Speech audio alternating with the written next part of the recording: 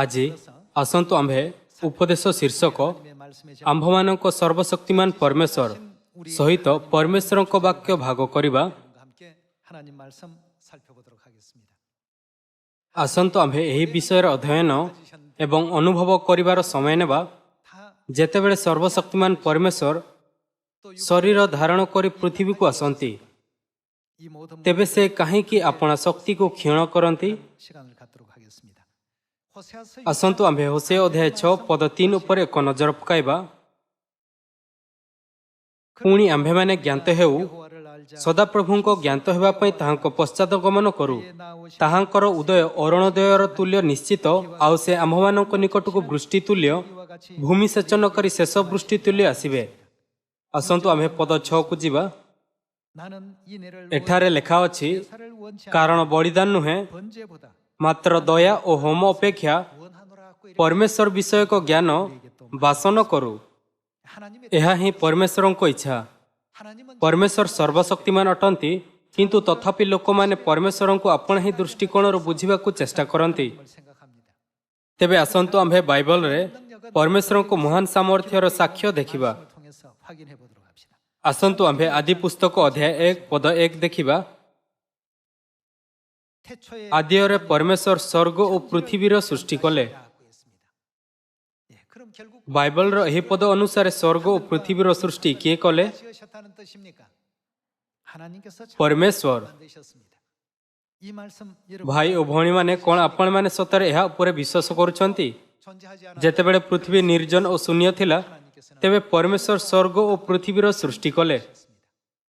ପଦ 4ରେ ଆମ୍ଭେ ପରମେଶ୍ୱରଙ୍କ ଦୀପ୍ତି ଓ ଅନ୍ଧକାର ସୃଷ୍ଟି କରିବାର କାର୍ଯ୍ୟ ଦେଖିପାରିବା। ଆଉ ପରମେଶ୍ୱର ଦୀପ୍ତିକି ଦେଖିଲେ ଯେ ତାହା ଉତ୍ତମ, ତହୁଁ ପରମେଶ୍ୱର ଅନ୍ଧକାରରୁ ଦୀପ୍ତିକି କ'ଣ କଲେ? ଭିନ୍ନ କଲେ। ପୁଣି ପରମେଶ୍ୱର ଦୀପ୍ତିର ନାମ ଦିବସ ଓ ଅନ୍ଧକାରର ନାମ ରାତ୍ରି ଦେଲେ। ପରମେଶ୍ୱର ଦୀପ୍ତି ଓ ଅନ୍ଧକାରକୁ ସୃଷ୍ଟି କଲେ ଏବଂ ଏକ ଶୂନ୍ୟ ନିର୍ମାଣ କରି ଶୂନ୍ୟର ଉର୍ଦ୍ଧ୍ୱସ୍ଥ ଜଳରୁ ଶୂନ୍ୟର ଅଧସ୍ଥ ଜଳକୁ ଭିନ୍ନ କଲେ। ଭାଇ ଓ ଭଉଣୀମାନେ, କେବଳ ଏହି ତଥ୍ୟ ଦ୍ୱାରା ହିଁ ଆମ୍ଭମାନଙ୍କୁ ପରମେଶ୍ୱରଙ୍କ ମହାନ ସାମର୍ଥ୍ୟକୁ ମାପିବା ଓ ବୁଝିବାରେ ସକ୍ଷମ ହେବା ଉଚିତ। ଏହି ଶକ୍ତିଶାଳୀ ଓ ସର୍ବଶକ୍ତିମାନ ପରମେଶ୍ୱର ହିଁ ଆମ୍ଭମାନଙ୍କ ସୃଷ୍ଟିକର୍ତ୍ତା ଅର୍ଥାତ୍ ଏଲୋହିମ୍ ପରମେଶ୍ୱର ଅଟନ୍ତି। ଆଦି ପୁସ୍ତକରେ ପିତା ଏବଂ ମାତାଙ୍କର ସମ୍ପୂର୍ଣ୍ଣ ସୃଷ୍ଟିର କାର୍ଯ୍ୟ ରେକର୍ଡ କରାଯାଇଅଛି। ପରମେଶ୍ୱର ଦୀପ୍ତି ଓ ଅନ୍ଧକାର, ସମସ୍ତ ପ୍ରକାରର ବୃକ୍ଷ, କ୍ଷେତ୍ରସ୍ଥ ପଶୁଗଣ, ସମୁଦ୍ରର ମାଛ, ଆକାଶର ପକ୍ଷୀ ଏବଂ ଫଳ ଦେଉଥିବା ସମସ୍ତ ପ୍ରକାରର ବୃକ୍ଷର ସୃଷ୍ଟି କଲେ।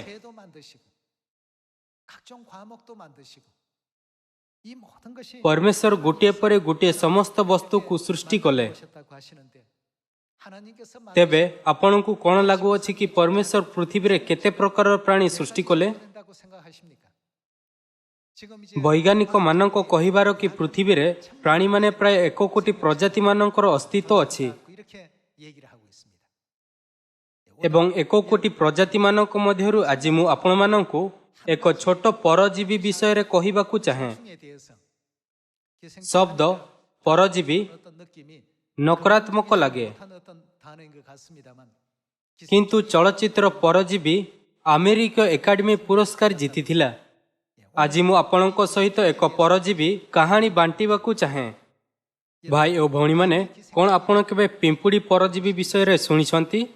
ପିମ୍ପୁଡ଼ିମାନେ ବହୁତ ଛୋଟ, କିନ୍ତୁ ଏପରି ପରଜୀବୀ ଅଟନ୍ତି ଯେଉଁମାନେ ପିମ୍ପୁଡ଼ିଙ୍କ ଶରୀର ଭିତରେ ବହୁତ ଅଦ୍ଭୁତ କାର୍ଯ୍ୟ କରିଥାନ୍ତି। ପିମ୍ପୁଡ଼ି ମନୁଷ୍ୟମାନଙ୍କ ପରି ସକାଳେ କାମ କରିବାକୁ ଯାଆନ୍ତି ଏବଂ ସନ୍ଧ୍ୟାରେ କାମ ବନ୍ଦ କରନ୍ତି। ସେମାନଙ୍କର ନିର୍ଦ୍ଧାରିତ ଦିନ ଚର୍ଚ୍ଚା ହୁଏ। ବେଳେବେଳେ ସେହି ପିମ୍ପୁଡ଼ିମାନଙ୍କ ମଧ୍ୟରୁ କିଛି ପିମ୍ପୁଡ଼ି ଯେଉଁମାନେ କାମ ସମାପ୍ତ କଲେ, ସେମାନଙ୍କର ବସ୍ତି ଛାଡ଼ି କୌଣସି ଏକ ପତ୍ରର ଟିଙ୍ଗରେ ଝୁଲି ରହିଥାନ୍ତି। ପିମ୍ପୁଡ଼ିମାନେ ସାମ୍ପ୍ରଦାୟିକ ଜୀବନ ମାଧ୍ୟମରେ ପରସ୍ପର ଉପରେ ନିର୍ଭର କରନ୍ତି, ତେଣୁ ଏକ ପିମ୍ପୁଡ଼ି ବ୍ୟକ୍ତିଗତ ଭାବରେ ରହିବା ଅତ୍ୟନ୍ତ ଅଦ୍ଭୁତ। ଯଦି ଗୋଟିଏ ପିମ୍ପୁଡ଼ି କୌଣସି ପତ୍ରରେ ଝୁଲିଯାଏ, ତେଣୁ ଏହାର କାରଣ ହେଉଛି ସେ ପରଜୀବୀ ତାହାର ମସ୍ତିଷ୍କକୁ ନିୟନ୍ତ୍ରଣ କରୁଅଛି।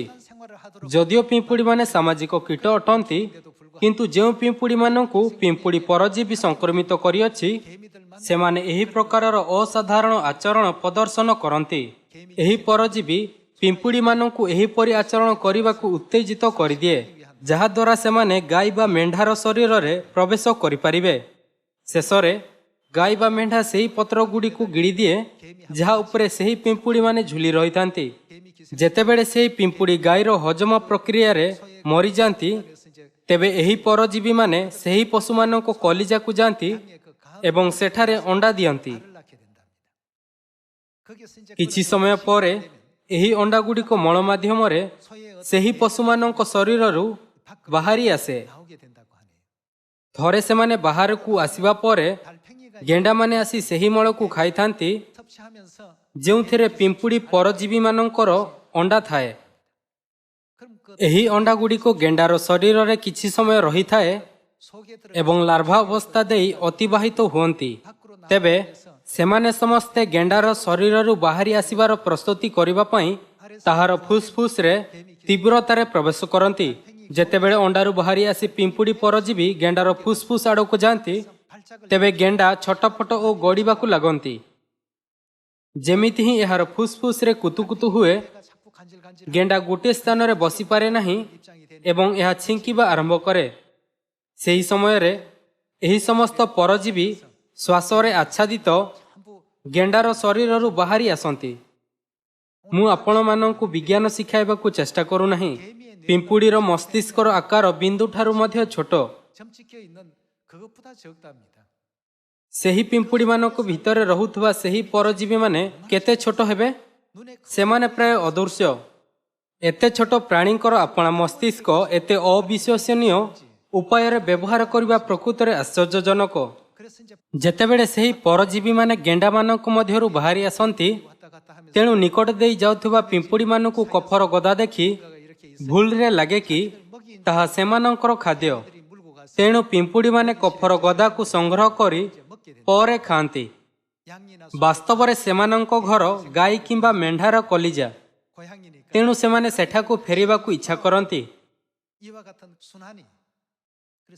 ଯେତେବେଳେ ବି ଆପଣଙ୍କୁ ପତ୍ରର ଟିଙ୍ଗରେ ଝୁଲୁଥିବା ପିମ୍ପୁଡ଼ିମାନଙ୍କୁ ଦେଖିବେ, ତେବେ ଆପଣ ବୁଝିପାରିବେ କି ସେମାନେ ପିମ୍ପୁଡ଼ି ପରଜୀବୀମାନଙ୍କ ଦ୍ୱାରା ସଂକ୍ରମିତ ଅଟନ୍ତି।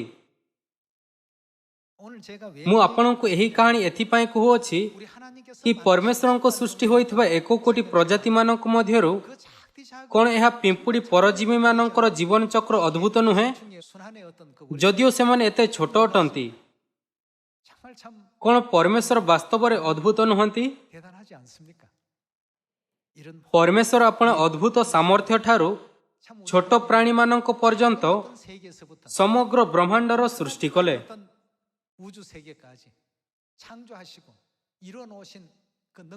କ'ଣ ସୃଷ୍ଟିର ତାଙ୍କର ଅଦ୍ଭୁତ କାର୍ଯ୍ୟ ଦ୍ୱାରା ଆମ୍ଭେ ଆଶ୍ଚର୍ଯ୍ୟ ହୋଇପାରିବା ନାହିଁ? ପରମେଶ୍ୱରଙ୍କ ସୃଷ୍ଟି ଏବଂ ପରିଚାଳିତ ଦୁନିଆ ପ୍ରକୃତରେ ଆଶ୍ଚର୍ଯ୍ୟଜନକ। ଯଦିଓ ସେ ଅଣୁଜୀବ, ମନୁଷ୍ୟ କିମ୍ବା ପଶୁ ହୁଅନ୍ତୁ ନା କାହିଁକି, ସମସ୍ତ ଜୀବିତ ପ୍ରାଣୀ ଆଶ୍ଚର୍ଯ୍ୟଜନକରେ ପରିପୂର୍ଣ୍ଣ ଅଟନ୍ତି। ଆମ୍ଭେ ଏପରି ଭାବୁଥାଇ ଏହା କିପରି ହୋଇପାରିବ, ଏହି ତଥ୍ୟ ଉପରେ ଆଶ୍ଚର୍ଯ୍ୟ ହେଉ। ଏହି ଛୋଟ ପ୍ରାଣୀ ପିମ୍ପୁଡ଼ିମାନଙ୍କ ମସ୍ତିଷ୍କକୁ ଏହିପରି ଭାବରେ ଆଚରଣ କରିବା ପାଇଁ କିପରି ନିୟନ୍ତ୍ରଣ କରିପାରିବ? କାହାର ବୁଦ୍ଧି ଏବଂ ସାମର୍ଥ୍ୟ ଏହାକୁ ଘଟିବାକୁ ଦେଲା? ଏହିସବୁ ପରମେଶ୍ୱରଙ୍କ ଆଶ୍ଚର୍ଯ୍ୟଜନକ ଏବଂ ଶକ୍ତିଶାଳୀ ସାମର୍ଥ୍ୟ ହେତୁ ହୋଇଥାଏ। ଆମ୍ଭମାନଙ୍କ ପରମେଶ୍ୱର ପ୍ରାଣୀମାନଙ୍କର 1 କୋଟିରୁ ଅଧିକ ପ୍ରଜାତିମାନଙ୍କୁ ପରିଚାଳନା କରନ୍ତି। ସେ ଗୋଟିଏ ପରେ ଗୋଟିଏ ସେହି ସମସ୍ତଙ୍କର ସୃଷ୍ଟି କଲେ। ପରମେଶ୍ୱର ପିମ୍ପୁଡ଼ି ପରଜୀବୀଙ୍କୁ ଯେଉଁଠାରୁ ସେ ଆସିଥିଲା ସେଠାକୁ ଯିବାକୁ ସହଜ ଜ୍ଞାନ ମଧ୍ୟ ଦେଇଛନ୍ତି। ଯଦିଓ ମନୁଷ୍ୟ ପରମେଶ୍ୱରଙ୍କ ଉପରେ ବିଶ୍ୱାସ କରନ୍ତି କି ନାହିଁ, କିନ୍ତୁ ସେମାନଙ୍କଠାରେ ମଧ୍ୟ ଯେଉଁଠାରୁ ସେମାନେ ଆସିଥିଲେ ସେଠାକୁ ଫେରିବା ପାଇଁ ସହଜ ଇଚ୍ଛା ଅଛି। କ'ଣ ଏହି କାରଣ ନୁହେଁ କି କାହିଁକି ବାଇବଲରେ ଏହା ଲେଖା ଅଛି କି ପରମେଶ୍ୱର ମନୁଷ୍ୟମାନଙ୍କ ମନରେ ଅନନ୍ତତା ଜ୍ଞାନ ସୃଷ୍ଟି କରିଛନ୍ତି? ଏହି ବିଷୟ ଉପରେ ବିଚାର କରି ଆମ୍ଭେ ବୁଝିପାରିବା କି ପରମେଶ୍ୱର ନାହାନ୍ତି କହୁଥିବା ଲୋକମାନେ ବାସ୍ତବରେ ମୂର୍ଖ ଅଟନ୍ତି। ସମସ୍ତ ବସ୍ତୁ ଯେପରି ସେମାନେ ଅଟନ୍ତି କିଏ ସୃଷ୍ଟି କଲେ? ଯେତେବେଳେ ପରଜୀବୀ ଅସ୍ତିତ୍ୱରେ ଆସିଥିଲେ, ତେବେ ସେମାନେ ନିଜ ନିଜର ଜୀବନଚକ୍ର ତିଆରି କରିନଥିଲେ। କୀଟ ବୈଜ୍ଞାନିକମାନେ ଆଶ୍ଚର୍ଯ୍ୟ ହୋଇଥିଲେ ପିମ୍ପୁଡ଼ି ସମ୍ପ୍ରଦାୟର କୀଟ ଅଟନ୍ତି, କିନ୍ତୁ କିଛି ପିମ୍ପୁଡ଼ି ଆପଣା ବସ୍ତି ଛାଡ଼ି ପତ୍ରର ଟିଙ୍ଗରେ ଝୁଲି କାହିଁକି ଏତେ ଅସ୍ୱାଭାବିକ ରୂପରେ ଆଚରଣ କରନ୍ତି? ପରେ ସେମାନେ ଆବିଷ୍କାର କଲେ କି କେବଳ ପିମ୍ପୁଡ଼ି ପରଜୀବୀଙ୍କ ଦ୍ୱାରା ସଂକ୍ରମିତ ପିମ୍ପୁଡ଼ିମାନେ ହିଁ ଏତେ ଅସ୍ୱାଭାବିକ ଭାବରେ ଆଚରଣ କରନ୍ତି। ଗାଈ କିମ୍ବା ମେଣ୍ଢା ଘାସ ଖାଇବା ବେଳେ ସେହି ପିମ୍ପୁଡ଼ିକୁ ଗିଳି ଦିଅନ୍ତି ଏବଂ ଶେଷରେ ସେମାନେ ପଶୁମାନଙ୍କ ପେଟରେ ପହଞ୍ଚନ୍ତି। ସେଠାରେ ପରଜୀବୀମାନେ ଅଣ୍ଡା ଦେଇଥାନ୍ତି ଏବଂ ସେମାନେ ମଳ ମାଧ୍ୟମରେ ସେହି ପଶୁମାନଙ୍କ ଶରୀରରୁ ବାହାରି ଆସନ୍ତି। କ'ଣ ପରଜୀବୀ ସ୍ୱୟଂ ଏହି ପ୍ରଣାଳୀକୁ ତିଆରି କରିପାରିବେ? ଆମ୍ଭେ ବୁଝିପାରିବା କି ସେ ପରମେଶ୍ୱର ଅଟନ୍ତି ଯିଏ ଏହି ପ୍ରକାରର ପ୍ରଣାଳୀ ସୃଷ୍ଟି କଲେ। ଯେତେବେଳେ ଆମ୍ଭେ ପରମେଶ୍ୱରଙ୍କ ସମସ୍ତ ବସ୍ତୁର ସୃଷ୍ଟି କରିବାର ସାମର୍ଥ୍ୟ ଏବଂ ସେଥିରେ ରଖାଯାଇଥିବା ସୂଚନା ପରିମାଣ ଉପରେ ବିଚାର କରିବା, ତେବେ ଆମ୍ଭେ ବାସ୍ତବରେ ଆଶ୍ଚର୍ଯ୍ୟଚକିତ ହୋଇଯାଉ ଏବଂ ଅସହାୟ ଭାବରେ ପରମେଶ୍ୱରଙ୍କୁ ପ୍ରଶଂସା କରୁ। ଆମ୍ଭେ ଏହା ମଧ୍ୟ ବୁଝିପାରିବା କି ଯେଉଁମାନେ ଏହା ଦାବି କରନ୍ତି କି ପରମେଶ୍ୱର ନାହାନ୍ତି, ବାସ୍ତବରେ ମୂର୍ଖ ଅଟନ୍ତି। ପରମେଶ୍ୱରଙ୍କ ସୃଷ୍ଟି ହୋଇଥିବା ପ୍ରତ୍ୟେକ ବସ୍ତୁରେ ଜଟିଳ ଗଠନ ଦ୍ୱାରା ଆମ୍ଭେ ଅନୁଭବ କରିପାରିବା କି କେତେ ଶକ୍ତିଶାଳୀ ଏବଂ ଆଶ୍ଚର୍ଯ୍ୟଜନକ ଅଟନ୍ତି ଆମ୍ଭମାନଙ୍କ ପରମେଶ୍ୱର। ଆସନ୍ତୁ ଆମ୍ଭେ ଗୀତ ସଂହିତା ଅଧ୍ୟାୟ 14 ପଦ 1 ଦେଖିବା। ମୂଢ଼ ମନେ ମନେ କହିଅଛି, କ'ଣ ପରମେଶ୍ୱର ନାହାନ୍ତି? ସେମାନେ ଭ୍ରଷ୍ଟ, ସେମାନେ ଘୃଣାଯୋଗ୍ୟ କର୍ମ କରିଅଛନ୍ତି। ସୁକର୍ମକାରୀ କେହି ନାହିଁ।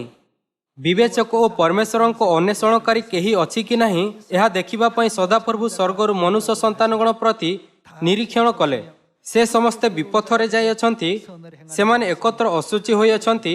ସୁକର୍ମକାରୀ କେହି ନାହିଁ, ନା ଜଣେ ହେ ନାହିଁ। ଅଧର୍ମାଚାରୀ ସମସ୍ତଙ୍କର କି କିଛି ଜ୍ଞାନ ନାହିଁ।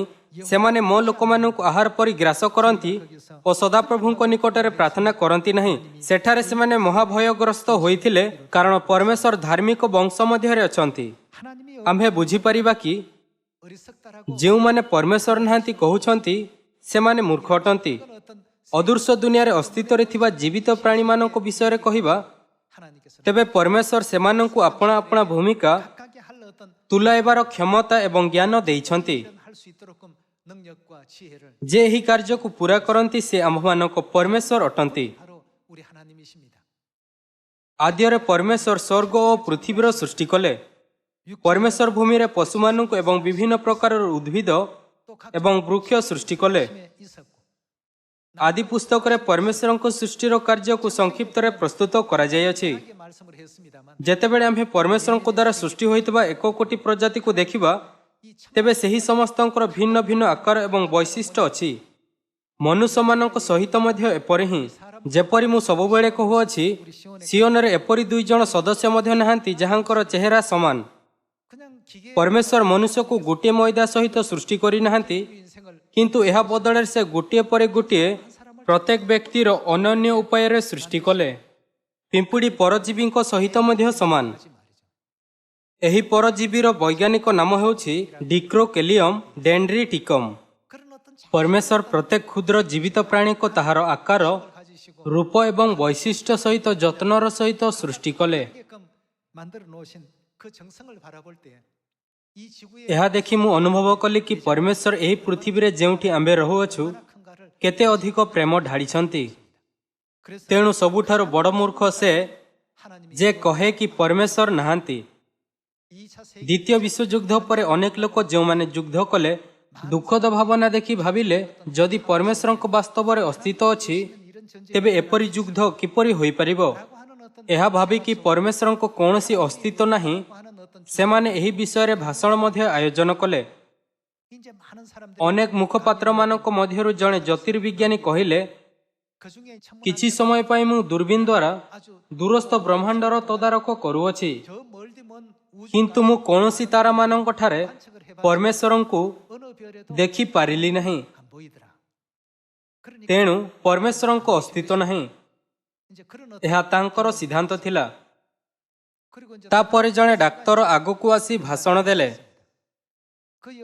ତାଙ୍କର ଉଦ୍ଦେଶ୍ୟ ମଧ୍ୟ ପରମେଶ୍ୱରଙ୍କ ଅସ୍ତିତ୍ୱକୁ ଅସ୍ୱୀକାର କରିବା। ମୁଁ ଜଣେ ଶରୀର ଗଠନ ବିଜ୍ଞାନର ବିଶେଷଜ୍ଞ।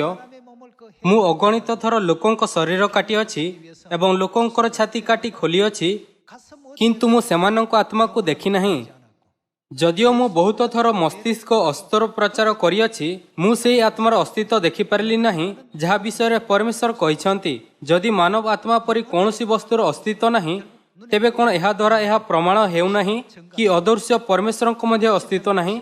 सेमाने ठीक सेमानक परि कहले जे मानको गीत संहिता 14 रे मूर्ख भावरे वर्णना करा जायछि। समस्त लोक जे माने सेठारे एकत्रित होइथिले ओ भाषण शुणिथिले एहा कहि करताड़ी देले यह संपूर्ण सत एवं मुखपात्रଙ୍କ मतरे सहमत हेले। भाषण शेषरे सेमाने दर्शकों को निजर मत बंटन करने कही प्रश्न पचारिबाकू अनुमति देले। जेहेतु उभय मुखपात्रଙ୍କ प्रस्तुति निश्चित एवं वैज्ञानिक प्रमाण द्वारा भल भाव समर्थित तेणु केही मध्य हाथ उठाइले नाही। सही समय रे जड़े वृद्ध महिला मंच को आसी कहिले मु ज्योतिर्विज्ञानी को एक प्रश्न पचारिबाकू चाहे कौन आपण सही दूरबीन द्वारा जहाँ आपणक पाखरे अछि वायु को देखि पारिबे। सही ज्योतिर्विज्ञानी उत्तर देले वायु तो अदृश्य मु किपरि वायु को देखि पारिबी।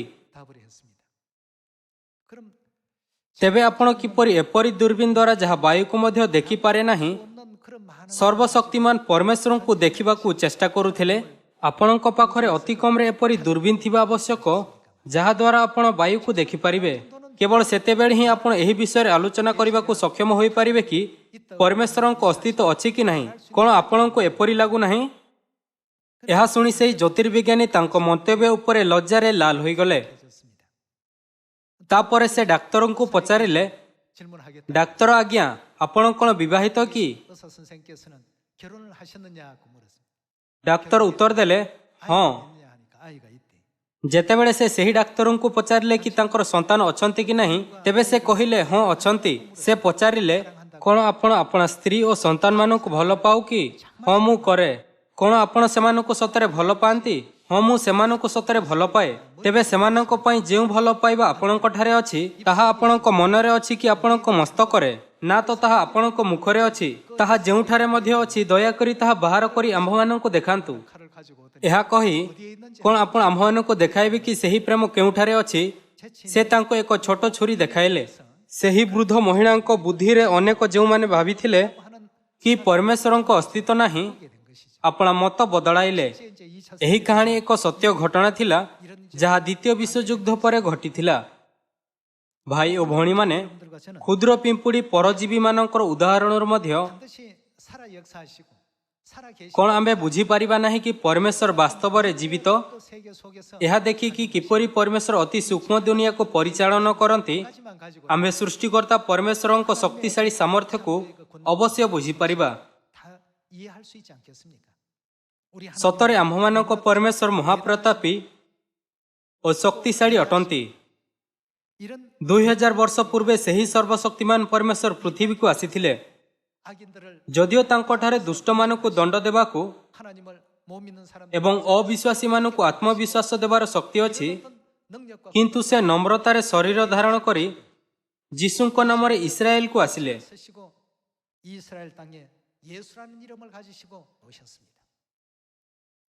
आसंतो आम्भे एब्री अध्याय 2 पद 6 को जीवा।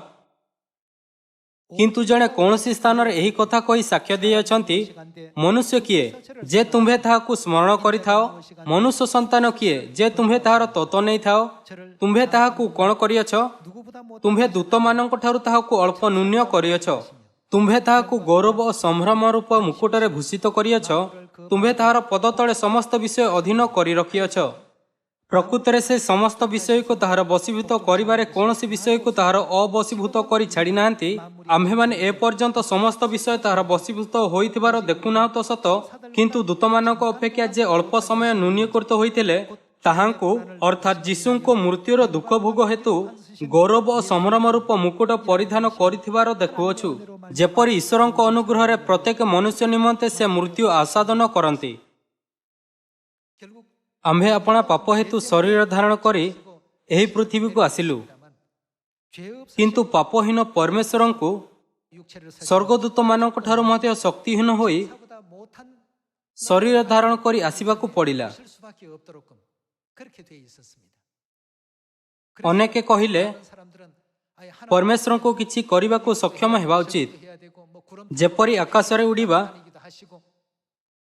एवं अन्यान्य कार्य करिबा जहा मनुष्य करि परिबा नाही। केवल सेतेबेले आम्भे विश्वास करि परिबा कि से परमेश्वर अटंती।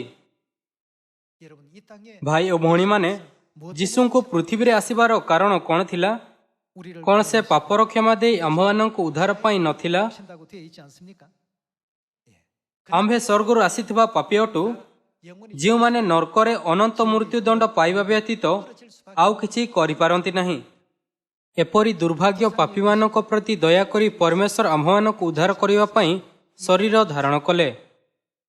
एही पृथ्वी को आसीबा पाई परमेश्वर स्वर्गदूत मानक ठारू मध्य न्यून होई सो इच्छारे अपना समस्त शक्ति एवं गौरव को परित्याग करिदेले। आसंतु आम्भे एब्रिय अध्याय 2 पद 14 सहित जारी रखिबा। अतएव संतान माने रक्त मांसर सहभागी होइथबारु से मध्य निजे सेहीपरि काहार सहभागी होइगले सेथिर सहभागी हेले। अन्य शब्दरे से शरीर धारण कले। जेपरि मृत्यु द्वारा मृत्युर अधिकार को अर्थात शैतान को विनाश करती, पुणी मृत्युर भୟରେ ଯେଉଁମାନେ ଯାବଜୀବନ ଦାସତ୍ୱର ବନ୍ଧନରେ ଥିଲେ ସେମାନଙ୍କୁ ସେ ଉଦ୍ଧାର କରନ୍ତି। କାରଣ ପ୍ରକୃତରେ ସେ ତ ଦୂତମାନଙ୍କ ତତ୍ତ୍ୱ ନ ନେଇ ଅବ୍ରାହମଙ୍କ ସନ୍ତାନମାନଙ୍କ ତତ୍ତ୍ୱ ନିଅନ୍ତି। ଅତଏବ ସମସ୍ତ ବିଷୟରେ ଆପଣା ଭାତ୍ରାମାନଙ୍କ ସଦୃଶ ହେବା ତାହାଙ୍କର ଉଚିତ ଥିଲା। ଯେପରି ସେ ଲୋକମାନଙ୍କ ପାପର ପ୍ରାୟଶ୍ଚିତ କରିବା ନିମନ୍ତେ ଈଶ୍ୱରଙ୍କ ସେବା ସମ୍ବନ୍ଧରେ ଜଣେ ଦୟାଳୁ ଓ ବିଶ୍ୱସ୍ତ ମହାଯାଜକ ହୁଅନ୍ତି, କାରଣ ସେ ନିଜେ ପରୀକ୍ଷିତ ହୋଇ ଦୁଃଖ ଭୋଗ କରିଥିବାରୁ ପରୀକ୍ଷିତ ହେଉଥିବା ଲୋକମାନଙ୍କୁ ଉପକାର କରିବା ନିମନ୍ତେ ସକ୍ଷମ ଅଟନ୍ତି। ଅତଏବ ସନ୍ତାନମାନେ ରକ୍ତମାଂସର ସହଭାଗୀ ହୋଇଥିବାରୁ ସେ ମଧ୍ୟ ଶୈତାନର କାର୍ଯ୍ୟକୁ ନଷ୍ଟ କରିବା ପାଇଁ ସେମାନଙ୍କ ସହଭାଗୀ ହୋଇ ପୃଥିବୀକୁ ଆସିଲେ। ଯଦିଓ ହିଁ ସେ ପରମେଶ୍ୱର ଅଟନ୍ତି, ଯାହାଙ୍କର ସ୍ୱର୍ଗରେ ମହାନ ଶକ୍ତି ଅଛି, କିନ୍ତୁ ସେ ଆମ୍ଭମାନଙ୍କୁ ଉଦ୍ଧାର କରିବା ପାଇଁ ଅସ୍ଥାୟୀ ରୂପରେ ଆପଣା ସାମର୍ଥ୍ୟକୁ ଦୁର୍ବଳ କରିବା ଓ ପଦକୁ ହ୍ରାସ କରିବାକୁ ପଡ଼ିଲା। ଏହି କାରଣରୁ ଶରୀରର ଯନ୍ତ୍ରଣାକୁ ସହୁଥାଇ ଖ୍ରୀଷ୍ଟଙ୍କର ପରିହାସ ହେଲା ଓ ତାଙ୍କୁ କ୍ରୁଶରେ ଉଠାଗଲା।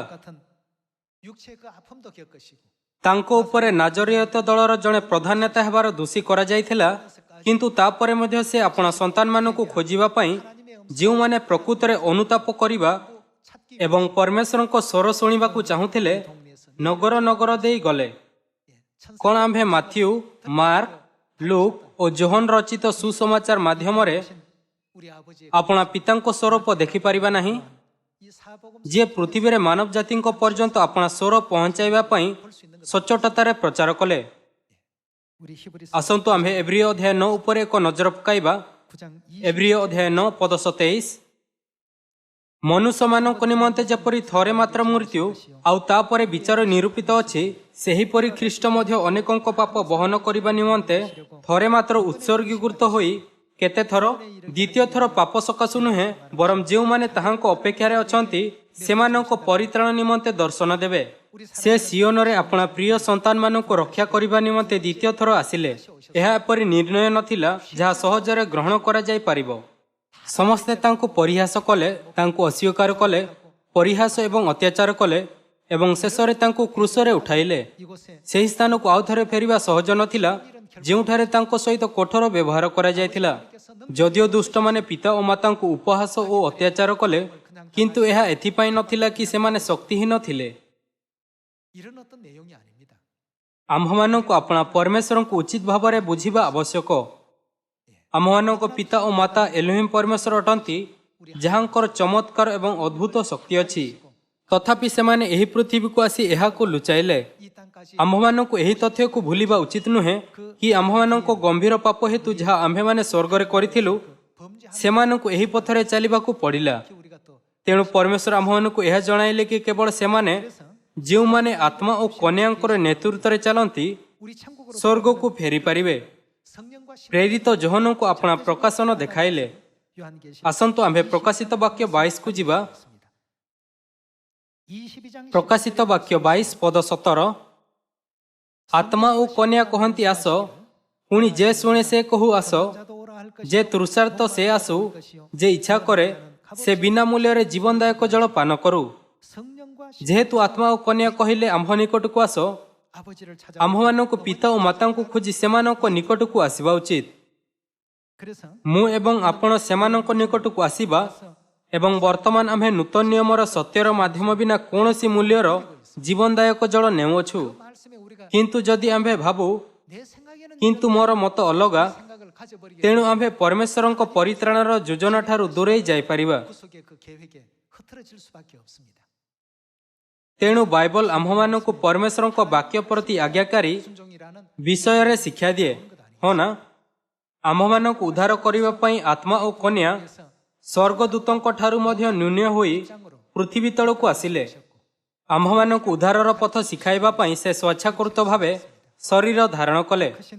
କେତେ ଅଦ୍ଭୁତ ତାଙ୍କର ଅନୁଗ୍ରହ ଓ କେତେ ସୁନ୍ଦର ଆମ୍ଭମାନଙ୍କ ପ୍ରତି ତାଙ୍କର ପ୍ରେମ। 결심을 ଆମ୍ଭମାନଙ୍କୁ ଏହା ଭାବି ତାଙ୍କ ବଳିଦାନକୁ ଏପରି ହିଁ ଗ୍ରହଣ କରିବା ଉଚିତ ନୁହେଁ। 때문에 그렇게 ଏପରି ସେ ଏଥିପାଇଁ କଲେ କାରଣ ସେ ପରମେଶ୍ୱର ଅଟନ୍ତି। ଏହା ପରିବର୍ତ୍ତେ ଆସନ୍ତୁ ଆମ୍ଭେ ନିଜକୁ ସ୍ମରଣ କରାଇବା କି ପିତା ଓ ମାତା କେବଳ ଆମ୍ଭମାନଙ୍କୁ ହିଁ ବଞ୍ଚାଇବାକୁ ବହୁତ ଆଗ୍ରହୀ ଥିଲେ। ମୁଁ ଆପଣ ସମସ୍ତଙ୍କୁ ପରମେଶ୍ୱରଙ୍କ ଦ୍ୱାରା ପ୍ରଦର୍ଶିତ ପଥରେ ଚାଲିବା ପାଇଁ ସଚ୍ଚୋଟ ଭାବରେ କହୁଅଛି, 천국까지 ଯାହାଦ୍ୱାରା ଆମ୍ଭେ ଅନନ୍ତ ସ୍ୱର୍ଗ ରାଜ୍ୟରେ ବହୁତ ସମ୍ମାନ ସହିତ ପ୍ରବେଶ କରିପାରିବା। ଏହା ସହିତ ମୁଁ ଆଜିର ଉପଦେଶ ସମାପ୍ତ କରିବାକୁ ଚାହିଁବି। ଆପଣଙ୍କ ବହୁତ ବହୁତ ଧନ୍ୟବାଦ।